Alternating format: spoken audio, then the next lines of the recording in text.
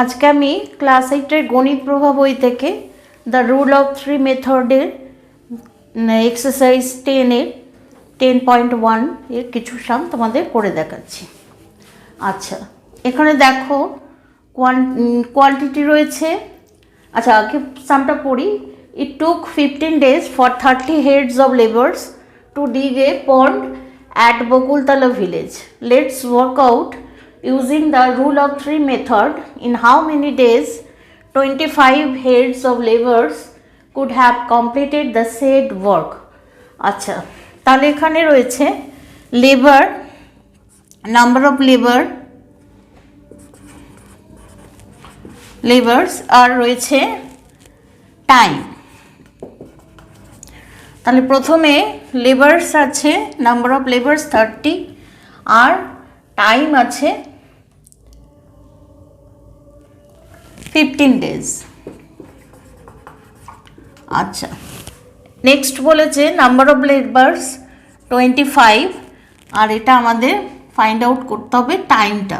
তাহলে এটা ধরলাম এক্স ডেজ। তাহলে দেখো এখানে নাম্বার অফ লেবার্স যদি ইনক্রিজ হয় তাহলে কিন্তু টাইমটা ডিক্রিজ হবে, মানে টাইম লেবার যদি বেশি হয় তাহলে কাজটা তাড়াতাড়ি শেষ হবে, সেই জন্য টাইমটা কম লাগবে। তাহলে এটা আছে ইনভার্স প্রপোর্শনে আছে। তাহলে লিখব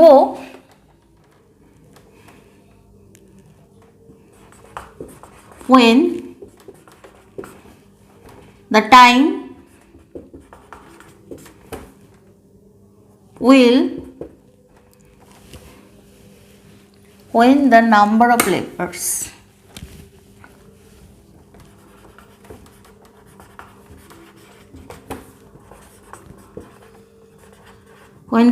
of laborers will increase,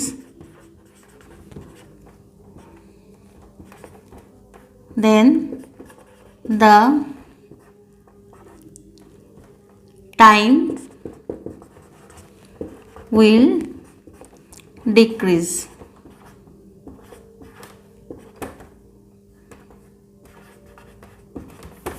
তাহলে লিখতে হবে দে আর in inverse proportion।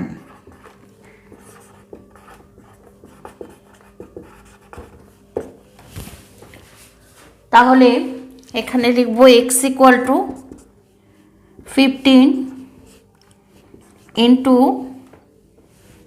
30 by 25। আচ্ছা, তাহলে দেখো এখানে 5 দিয়ে এখানে কাটাকুটি যাচ্ছে,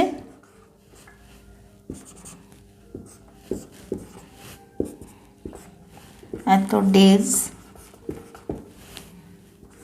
18 ডেজ।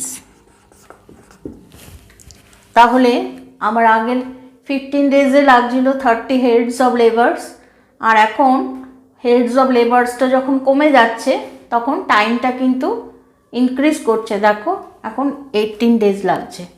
তাহলে লিখতে হবে দ্য ওয়ার্ক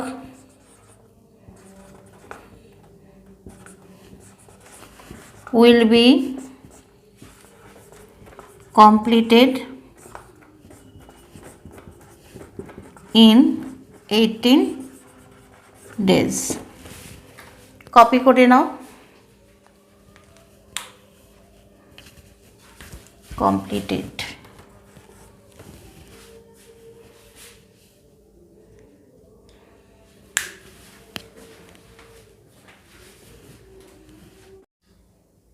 এবার দেখো নাম্বার 2-তে আছে my aunt reached my maternal uncle's house in 5 hours by driving the car at a speed of 40 km/h.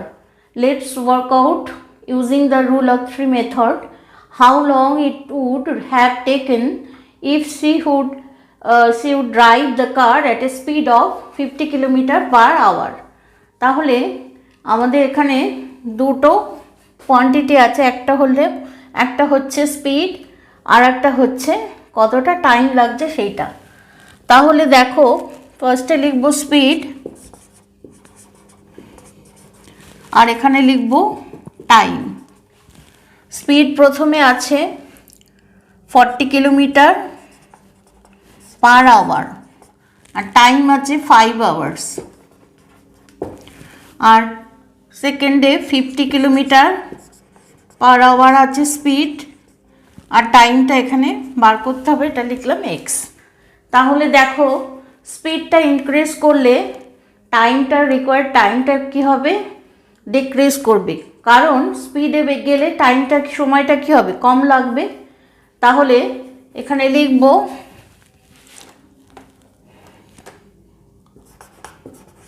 when the speed is increased,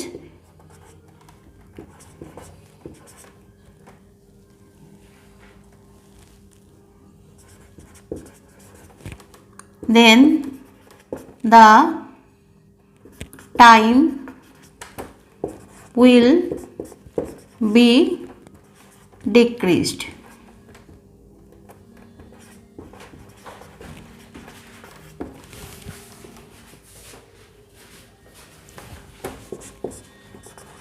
They are in inverse proportion. আচ্ছা, তাহলে লিখব x equal to 5 into 40/50 এত hours. তাহলে 0 0 কাটছে, 5 1s are 4 hours. তাহলে দেখো স্পিডটা যদি 50 কিলোমিটার হয় তাহলে টাইমটা হচ্ছে 4 আওয়ার্স। তাহলে দেখো আগে ছিল স্পিড 40 কিলোমিটার পার আওয়ার, তখন টাইম লাগছিল 5 আওয়ার্স। তাহলে এখন 50 কিলোমিটার পার আওয়ার হচ্ছে স্পিড, তাহলে স্পিডটা ইনক্রিজ করেছে, তাহলে টাইমটা দেখো আগের থেকে ডিক্রিজ করেছে। আগে লাগছিল 5 আওয়ার্স, এখন লাগলো 4 আওয়ার্স। তাহলে এখানে লিখব the time, আচ্ছা, the required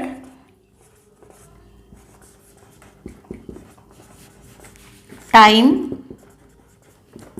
is 4 hours. এটা আমাদের ফাইনাল আনসার, কপি করে নাও।